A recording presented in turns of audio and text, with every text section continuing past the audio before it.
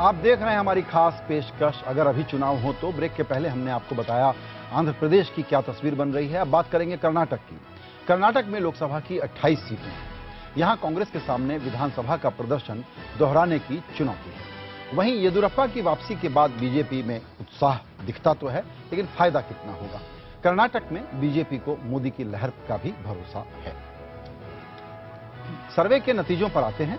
कर्नाटक में किसको कितने वोट? सर्वे के मुताबिक सबसे ज्यादा 46% वोट कांग्रेस को मिलने का अनुमान है। इसके बाद 36% वोट बीजेपी को, 12% वोट जेडीएस को और 1% वोट आम आदमी पार्टी को मिलने की संभावना है। इसको सीटों में कैसे हम तब्दील करेंगे? सर्वे के मुताबिक यहां कांग्रेस को सबसे ज्यादा 12 से 18 सीटें मिलने का अनुमान है, यानी आप बीच का आंकड़ा 14 या 15 पकड़ सकते हैं। इसके अलावा बीजेपी को 7 से 13 सीटें मिल सकती हैं, यानी 10 सीटें मीडियन नंबर इनका बनता है। अन्य के खाते में 1 से 4 सीटें जा सकती हैं। यहां की सबसे बड़ी खबर यह निकल के आ रही है कि कांग्रेस के लिए जो छोटी छोटी किरणें, छोटे छोटे तिनके हैं, असम, उसके बाद केरल, उसके बाद कर्नाटक, क्योंकि अभी अभी असेंबली के चुनाव वहां हुए थे विनोद जी, तो कांग्रेस के लिए कर्नाटक एक सेफ राज्य है, बेहतर राज्य है। मैं ये जानना चाहता हूं कि जब विधानसभा चुनाव हुए थे तब नरेंद्र मोदी गए थे वहां प्रचार के लिए, बावजूद इसके सरकार नहीं बनी, तो कितना प्रभाव है नरेंद्र मोदी का वहां पर? कम से कम कर्नाटक के विधानसभा के चुनाव में तो बिल्कुल हमें दिखाई नहीं पड़ा। और अगर हम अभी का जो प्रचार वहां चल रहा है और जिस तरह से हमें वोटों का आकलन मिल रहा है कांग्रेस के लिए, ऐसा लगता नहीं है कि वहां कोई बीजेपी का जादू या नरेंद्र मोदी का जादू चलता हुआ दिखाई पड़ता है। कर्नाटक में सरकार के कामकाज पे शायद लोगों की संतुष्टि है और उन सब का प्रभाव दिखाई पड़ता है कि लोग चाहते हैं कि कांग्रेस की सरकार कांग्रेस को वोट करे। येदियुरप्पा की वापसी, इससे क्या कार्यकर्ता उत्साहित हुआ है या हतोत्साहित हुआ है? ये हमारे आंकड़े स्पष्ट दिखाते हैं, जिन आंकड़ों का शायद हम पेश करेंगे दर्शकों के लिए। येदियुरप्पा की वापसी पे कोई उत्साह नहीं है और बीजेपी के कार्यकर्ताओं में भी बटे हुए हैं। बटे हुए, जहां तक कि हमें उम्मीद करनी चाहिए थी कि बीजेपी के कार्यकर्ताओं में बहुत उत्साह होना चाहिए था। आइए इस चर्चा को बढ़ाने के लिए हम ये सवाल ले ही लेते हैं ताकि इस पर ही बातचीत हो जाए। फिलहाल येदियुरप्पा की बीजेपी में वापसी, सर्वे में मिली राय के मुताबिक 35% वोटर येदियुरप्पा की बीजेपी में वापसी के समर्थन में दिखे, जबकि 54% यानी ज्यादातर लोग इसके खिलाफ नजर आए। यही सवाल जब बीजेपी वोटरों से किया गया तो 50% तो समर्थन में थे, लेकिन 45% बीजेपी वोटर इससे सहमत नहीं दिखे। तो असहमति का आंकड़ा यहां भी काफी बड़ा है। बीएसआर कांग्रेस का बीजेपी में विलय, इस बात का कुल 31% वोटरों ने समर्थन किया, जबकि 52% वोटरों ने इसका विरोध किया। तो भ्रष्टाचार के खिलाफ आवाज उठाने वाले लोगों ने जब दो ऐसे लोगों को लिया तो फैक्टर क्लियर है कि विनेबिलिटी को हम ज्यादा तवज्जो देंगे और इमेज या भ्रष्टाचार हमारे लिए उतना बड़ा मुद्दा नहीं है। और इस विलय को भी बीजेपी के, अगर आप समर्थकों के बीच में देखें, उसका भी विरोध बीजेपी के जो कार्यकर्ता कर रहे हैं कि ये विलय ठीक नहीं है। तो कुल मिला के येदियुरप्पा और जो इनका विलय हुआ बीजेपी में, इसका समर्थन है नहीं बिल्कुल कर्नाटक। चर्चा को कंप्लीट करने के लिए ये तीसरा सवाल, क्योंकि बार बार वो बात आएगी, कौन बने प्रधानमंत्री? कर्नाटक में ये सवाल जब सर्वे में पूछा गया तो उसमें जो 32% लोगों की पसंद थी नरेंद्र मोदी, 27% लोगों की, काफी अच्छी परसेंटेज है यहाँ पे, राहुल गांधी के लिए, 8% लोगों की पसंद सोनिया गांधी, 7% लोगों की पसंद HD देवेगौड़ा है। जी, आपने संजय कहा कि कांग्रेस के लिए उम्मीद की किरणों में से एक। मुझे लगता है कि कर्नाटक असल में कांग्रेस के लिए उम्मीद की किरण के साथ साथ बीजेपी की अपनी समस्याओं का रूपक भी बन के सामने आता है। क्योंकि एक तरफ बीजेपी ये प्रोजेक्ट कर रही है कि वेव है, आंधी है, सुनामी है, न जाने क्या क्या है। दूसरी तरफ एक एक सीट के लिए आप इतने व्याकुल हैं और इतने चिंतित हैं। व्याकुल होने से ज्यादा बड़ी बात यह कि चिंतित हैं कि आप येदियुरप्पा को तो ले ही रहे हैं, और वो प्रमोद मुतालिक का जो तमाशा पूरा इन्होंने बीजेपी में किया, यानी एक भी सीट को लेकर के कहीं ना कहीं मुझे लगता है कि बीजेपी ने जो अपना सारा हाइप क्रिएट किया है, और खासकर नरेंद्र मोदी ने जो किया, नरेंद्र मोदी ने जो निजी हाइप क्रिएट किया है, मुझे लगता है कि कहीं उसमें एक आत्मविश्वास की कमी अंदर ही अंदर है। कहीं वो कंफर्ट लेवल वैसा नहीं है उनका, लहर की स्थिति में जो होता है, जो उनका अंदरूनी कंफर्ट लेवल है वो उनके प्रोजेक्शन से मैच करता मुझे नहीं लगता। इसमें एक और आत्मविश्वास उनके उसमें नहीं झलकता। नहीं, देखिए, अब जैसे येदियुरप्पा जो है उनको आपने निकाला, श्री रामुलू को लेकर के सुषमा स्वराज का असंतोष जग जाहिर है, प्रमोद मुतालिक पॉजिटिवली एम्बेरेसिंग होंगे इस समय किसी भी पार्टी के लिए, खास करके ऐसी पार्टी जो अर्बन यूथ को रिप्रेजेंट करना चाहती है, अपवर्ड मोबाइल यूथ को रिप्रेजेंट करना चाहती है और कम्युनलिज्म और इन सब मुद्दों से हटा करके सीधे डेवलपमेंट पर फोकस करना चाहती है। आप प्रमोद मुतालिक को लेने के लिए व्याकुल हो रहे हैं, ले रहे हैं, सुबह ले रहे हैं, शाम को निकाल रहे हैं। ठीक यही आप साबिर अली के साथ कर रहे हैं। कहीं ना कहीं मुझे लगता है कि बीजेपी के सारे प्रोजेक्शन के बावजूद अंदर ही अंदर कहानी उतनी सुहानी उनको खुद नहीं लग रही इसमें, लेकिन जो नेट फर्क संजय जी से समझना चाहिए कि असेंबली में जितनी धुनाई हुई थी बीजेपी की, उसके बाद लोकसभा में येदियुरप्पा प्रकरण, मुतल्लिक प्रकरण के बाद उसमें क्या चेंज है? देखिए, अभी भी आप वोटों का अंतर देखिए, फासला देखिए, 10% का फासला है बीजेपी और कांग्रेस के बीच में। और ये जो 10% का फासला है, बाइपोलर वाली बात यहाँ नहीं लागू होती और इसीलिए सीटों का अंतर दिखाई पड़ रहा है। कम से कम कांग्रेस, बीजेपी से दुगनी से भी ज्यादा सीटें कांग्रेस जीतेंगी यहाँ पे।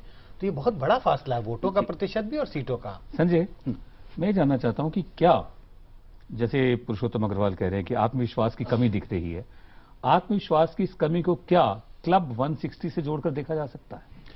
देखिए, क्लब 160 की मुराद तो है और बड़ी वैलिड है, हर आदमी प्रधानमंत्री बनने की कोशिश करे, लेकिन जाहिर है कि हम सही हो सकते हैं, गलत हो सकते हैं, लेकिन चूंकि हम लगातार ये सर्वे कर रहे हैं तो कहीं ना कहीं हमारे ऊपर उसकी छाया है और हम इस 160 क्लब को बिलीव करने की स्थिति में अब बिल्कुल नहीं है।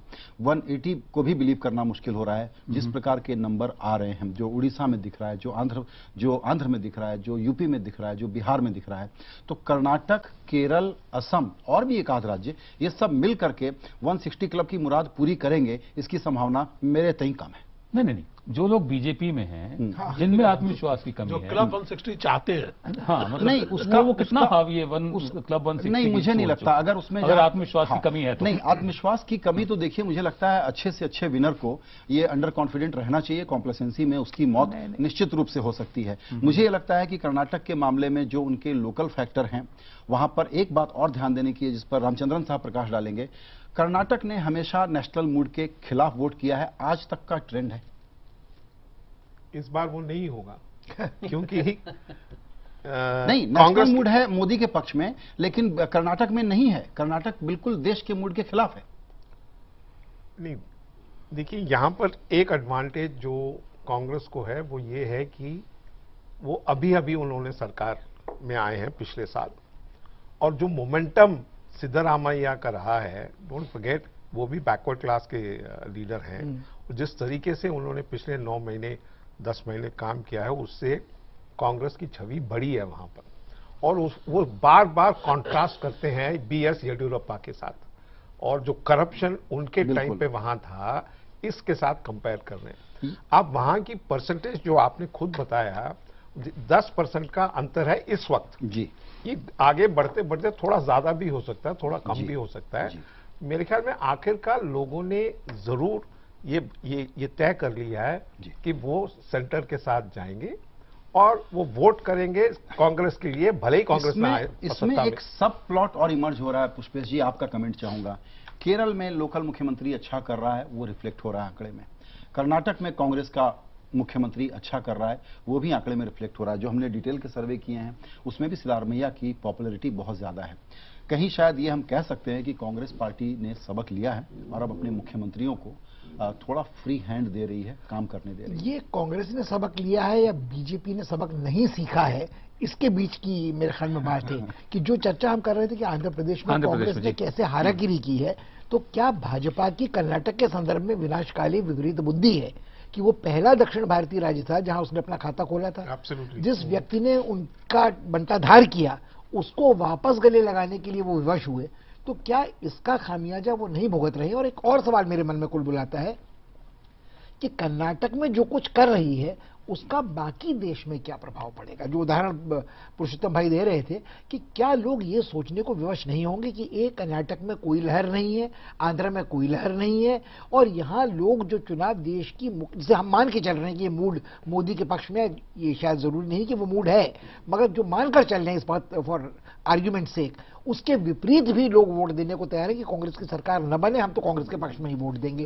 तो कहीं न कहीं एक वैचारिक प्रतिबद्धता के आधार पर वोट देने वाले हैं। और यह भी न भूलें कि सिद्धरामैया का पुराना अतीत सोशलिस्ट पार्टी वाला रहा है। जनता दल और सोशल उनका जो अपना वो कांग्रेस के विपक्ष के साथी हैं, वो आज भी उनके साथ हैं। पर ये भी याद रखिए संजय जी कि लिंगायत समुदाय का पूरा वोट जैसे पिछली बार येडियुरप्पा साहब को मिलेगा, वो मठ उनको इस बार सपोर्ट नहीं कर रही।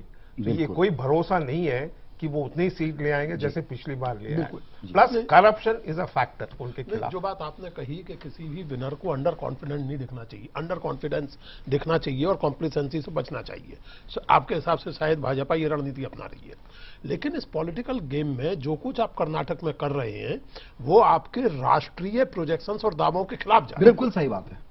आप भ्रष्टाचार के खिलाफ बात कर रहे हैं और ऐसे आदमी को ला रहे हैं, इस पर किसी और ने आरोप नहीं लगाए हैं, वो लगाए हैं अपनी जगह। आपने खुद उसको पार्टी से निकाला, बिल्कुल बिल्कुल, कोर्ट ने उसको इंडाइक्ट किया है। उसके बाद आप मुतल्लिक वाला कांड उसके करके बाद उन्होंने दिखाया कि हम बिल्कुल काउंटर इंट्यूटिव आप यंग अर्बन इंडियन को अपील करने की कोशिश कर रहे हैं। फेसबुक और ट्विटर को आप डोमिनेट कर रहे हैं इतने सालों से, और उस यंग अर्बन इंडियन की लाइफ स्टाइल को देश विरोधी, राष्ट्र विरोधी, धर्म विरोधी, और आप उसको लेके आ रहे हैं। बिल्कुल। तो ये अंडर कॉन्फिडेंस वगैरह की बात नहीं है, कहीं ना कहीं बहुत गहरे serious lack of self confidence की। बिल्कुल। कर्नाटक एक बिल्कुल जिसको कहते हैं आंख में एक चुभन के तौर पर है बीजेपी के लिए। तो भाई आप आत्मविश्वास की कमी सीरियसली कहेंगे या स्प्लिट पर्सनैलिटी डिसऑर्डर कहेंगे? पार्टी कहीं ना कहीं बुनियादी देखिए, ये तो बीजेपी की स्थायी समस्या है। हाँ। वो मेरा बीजेपी का निदान, मतलब मेरा डायग्नोसिस वही है बीजेपी का जी, कि it actually reflects those Indians who suffer from that disorder. लेकिन वो अलग मुद्दा है, वो एक अलग विषय है। आप आइए से हिंदुत्व को कैसे अलग कर देंगे? बिल्कुल, चर्चा को आगे वही तो कह रहा बढ़ाएंगे हूं, हम। disorder, अभी split एक personality। छोटा सा ब्रेक लेंगे और ब्रेक के बाद हम चर्चा करेंगे कि कर्नाटक सरकार के कामकाज को किस तरह से लोग आंकते हैं, चुनाव के मुद्दे यहां पर क्या हैं। छोटे से ब्रेक।